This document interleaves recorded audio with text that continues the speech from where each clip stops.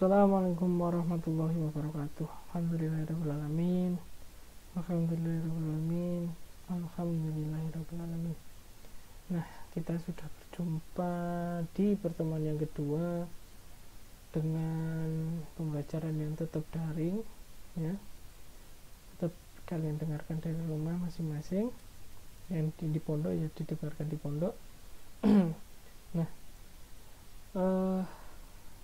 untuk materi yang sebelum kita masuk ke materi ini lebih baik kita berdoa dulu. Semoga apa yang kita pelajari pada pagi hari ini, semua mata pelajaran pada pagi hari ini semoga bisa diterima dengan baik. Semoga kalian bisa mempelajarinya dengan baik dan juga tetap semangat. Al-Fatihah.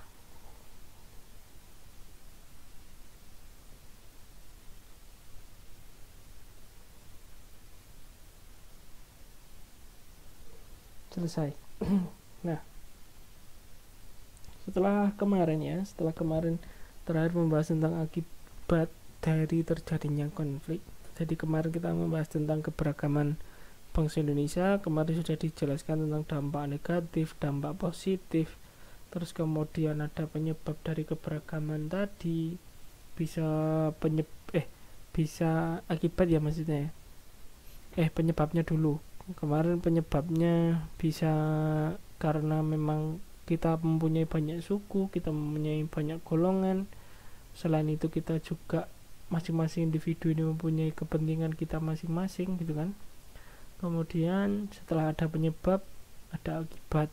Nah, akibatnya kemarin juga ini banyaknya korban manusia juga ya, perpecahan masyarakat, kancuran norma-norma, dan yang jelas adalah letaknya persatuan dan kesatuan. Itu yang paling penting.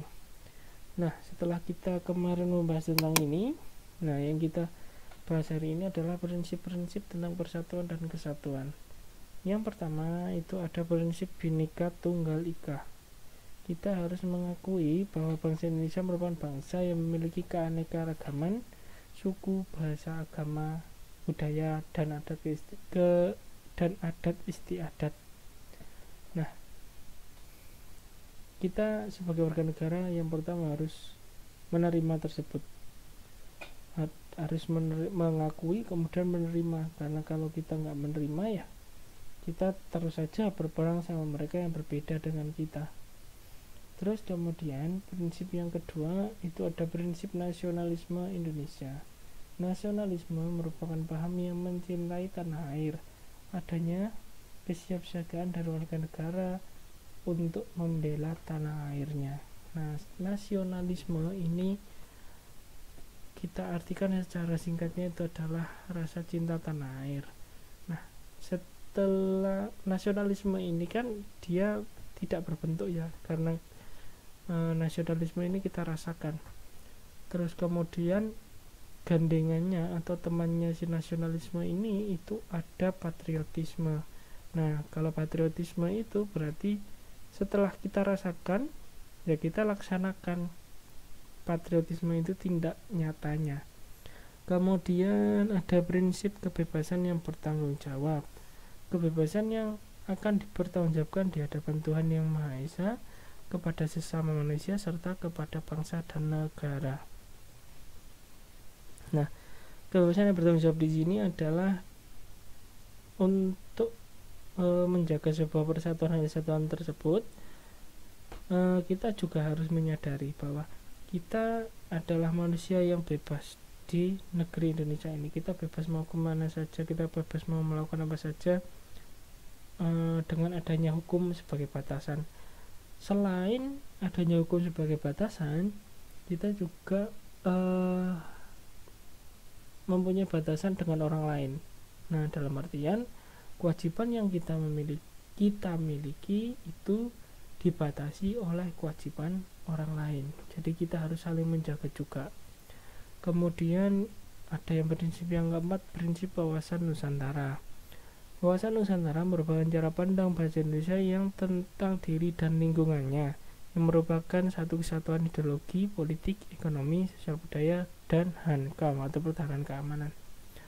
Setelah kita menyadari tentang Bhinneka Tunggal Ika, kita percayakan, kita mencintai tanah air kita, kemudian kita bisa menjaga kebebasan kita antara hak dan kewajiban.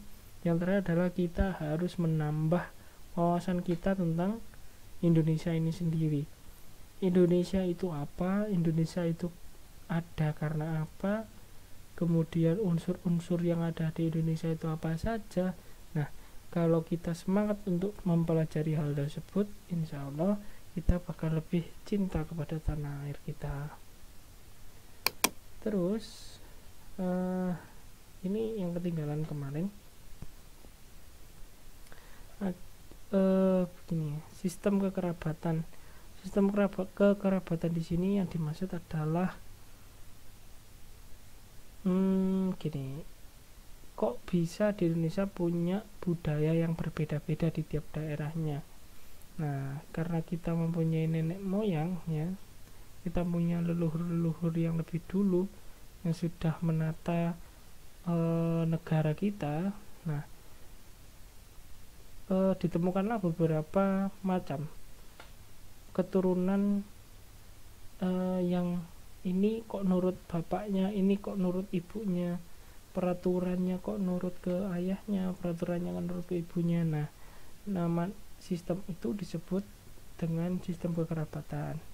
Ada 3 macamnya. Yang pertama adalah parental. Sistem kekerabatan parental ini menarik garis keturunan dari kedua belah pihak, bisa ayah, bisa ibu. Nah, ini di sini kedudukan seorang laki-laki atau seorang ayah dengan ibu atau istrinya itu sama. Kemudian ada sistem patrilineal. Sistem kekerabatan patrilineal ini menarik keturunan dari pihak bapak. Nah, kalau di sistem patrilineal ini berarti kita atau si laki-laki ya, atau si laki-laki tersebut mempunyai kekuasaan yang lebih tinggi daripada yang perempuan. Terus kemudian yang terakhir, yang 3, ada sistem matrilineal. Sistem kekerabatan matrilineal menarik garis keturunan dari ibu, maka yang lebih berkuasa adalah seorang ibu, seperti itu. Nah, rangkuman dari bab keberagaman bangsa ini ya. Yang pertama, kita harus sadar bahwa bangsa Indonesia memiliki keberagaman masyarakat yang disebabkan oleh suku yang banyak, budaya yang berbeda-beda, agama yang sangat banyak coraknya, dan keyakinan, ras, dan golongan. Kemudian yang kedua adalah masalah yang diakibatkan oleh keberagaman masyarakat, antara lain konflik atau pertentangan antar suku, konflik antar agama, konflik antar ras, dan konflik antar golongan. Yang ketiga, akibat negatif dari konflik yang terjadi, antara lain adalah perpecahan atau desintegrasi masyarakat. Desintegrasi ini adalah perpecahan ya, sama saja, perpecahan dan saling mengucilkan lah, geng-gengan seperti itu. Kemudian akibat positifnya bisa semakin memperkuat rasa solidaritas kita. Kemudian rangkuman yang keempat, beberapa upaya mengatasi konflik antara lain dengan membangun kerjasama antara individu, kemudian akomodasi dan asimilasi. Akomodasi itu diadakan fasilitas-fasilitas tersebut, kemudian asimilasi adalah pendekatannya lah, ya. Terakhir, kata kunci yang harus kita ingat di bab ini adalah mempelajari materi pada bab ini adalah keberagaman. Yang pertama ya, kuncinya adalah keberagaman, kedua adalah masyarakat, 3 konflik, 4 suku bangsa, budaya, etnosentris, dan stereotip. Masih ingat toh etnosentris kemarin?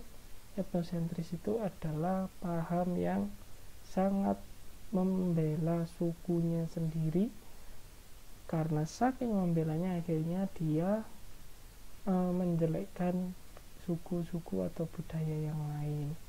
Kalau stereotip itu adalah anggapan atau prasangka, karena sebuah prasangka itu tidak selalu benar dengan apa yang kita rasakan. Jadi lebih baik berhusnudzon itu ya.